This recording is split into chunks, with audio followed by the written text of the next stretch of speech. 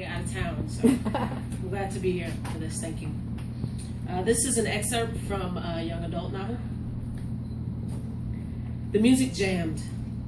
Zaire danced with Sheldon for a few songs, and when he got tired, she danced with some other people from school, even dancing by herself for a few songs in a row. She concentrated on enjoying the night, letting the music drown out all her thoughts in her head, counting on the DJ to save her life. Top of the World came on and couples converged, dancing close, cheek to cheek, or heads resting on shoulders. Zaire looked for Sheldon, but stopped when she heard someone call her name. She paused, then looked toward the ice sculpture. The 9/8 had melted down, and it looked like Stonehenge, the image indiscernible, blocks open for interpretation. That Darian stood next to the table. Zaire walked over to her. Darian stepped forward too, meeting her halfway. Zaire's heart burst at the sight of her friend, the pieces trickling down her insides like sparks from fireworks falling into Lake Michigan. Mm-hmm. Darian wore a flowing white strapless dress. It was tight-fitting, and the beaded bodice looked almost creamy, like a waterfall of sweet coconut milk against Darian's dark brown skin. Her dreads were pinned back into a ball, her eyes an expression extreme and sharp. Her beauty cut through Zaire, sliced her right down the middle, splayed. She felt exposed. Damn, she said to herself. Damn yourself, Darian said. She stepped closer to Zaire, and they embraced tentatively, the energy between them electric, the bare skin of their arms, shoulders, and cleavage touching and holding. Zaire inhaled Darian's sweet, husky scent before reminding herself to breathe. The two girls slowly broke their embrace. Zaire stammered. She couldn't find the words. I didn't think you were coming. It's senior prom, Darian grinned. 9/8 and all that. She pumped her arms, raising the roof with a roll of her eyes. It's part of the whole experience, right? Zaire smiled and nervously rubbed the back of her neck. So you having a good time? Yeah, I've been dancing, and where's your people, your friends, Jamia, Krisha? I imagine your boyfriend Sheldon's here too. Oh, they're around, Zaire said dismissively. She shrugged and waved her hand towards the dance floor. You came alone? Darian nodded. Zaire stood still, quiet, afraid to react one way or another. Jamia and Krisha came running up to them. Oh my God, Darian, girl, you look good, Krisha said. Jamia, stunned, struggled to find her voice. You look great. Thank you, Darian said. She looked at Zaire, who looked away nervously. You here with somebody? Krisha asked, feeling the material of Darian's dress. Nope, Darian said. I just came to check it out. Well, you're doing more than checking it out looking like this, Krisha said. She walked around Darian, sizing her up.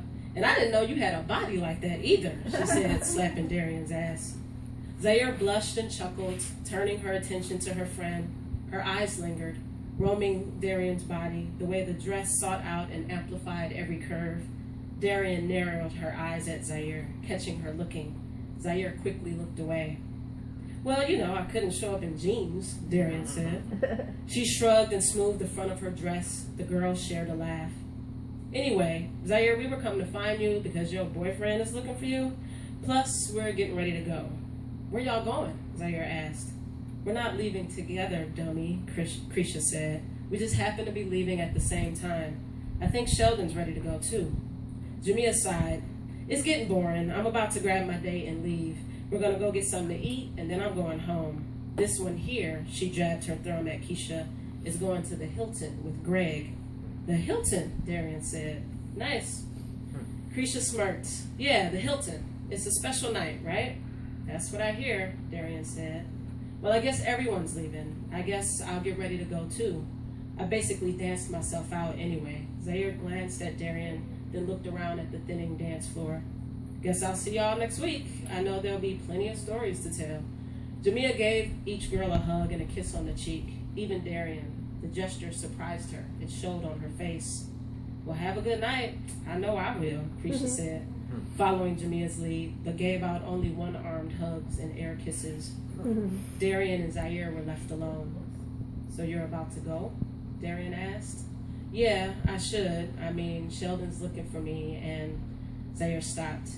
Darian searched the floor, then lifted her eyes to meet Zaire's. She smiled and hugged her. She kissed her friend's cheek, and Zaire's body went stock still. "Give me a call tomorrow," she said. "Okay," Zaire said. "I will." Darian turned and walked out the ballroom. Zaire watched her until she couldn't see her anymore.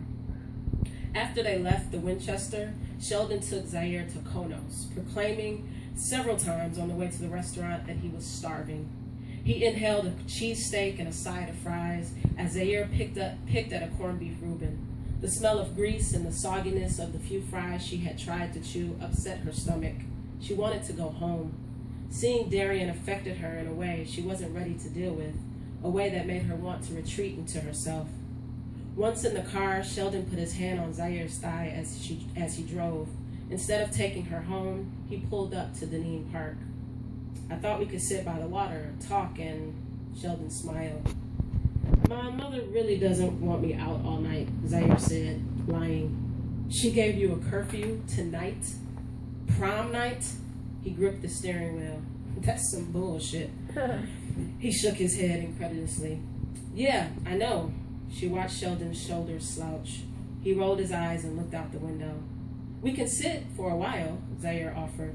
She checked the time on the dash of the car. It read 2 a.m., "but I have to be home by 3. Sheldon shrugged and climbed out of the car. He walked over to Zaire's side of the car and opened the door for her.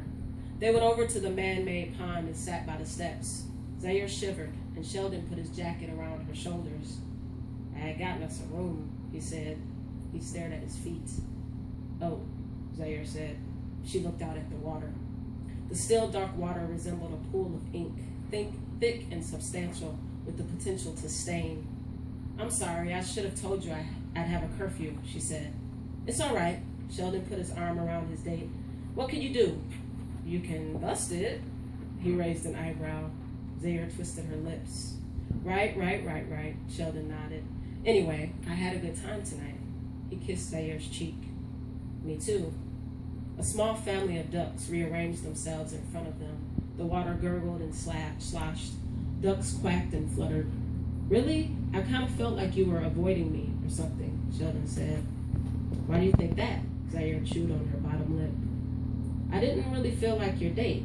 And what? You've just been kind of distant since we, like you regret it or something. Like you don't care if we ever do it again." Sheldon showed himself more perceptive than Zaire gave him credit for. Correct in his estimation, she didn't care if they ever had sex again. With him next to her, the moonlight shining down and the water reflecting the sky, she recalled the experience. It all came back to her as a jumbled blur of unpleasantries.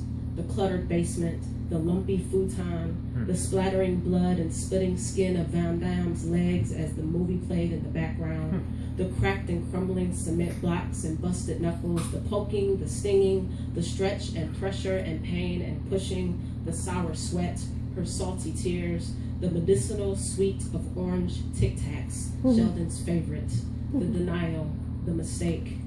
When she challenged herself to recount how she went through it, fantasies of Darian stopped her cold, and she shivered. "So you're going to say something, or..." Sheldon pressed. "I don't want to talk about it right now." Zaire swallowed hard. "Can you just take me home?" And so he drove her home, and he walked her to the door, and he pulled her into him, holding her close.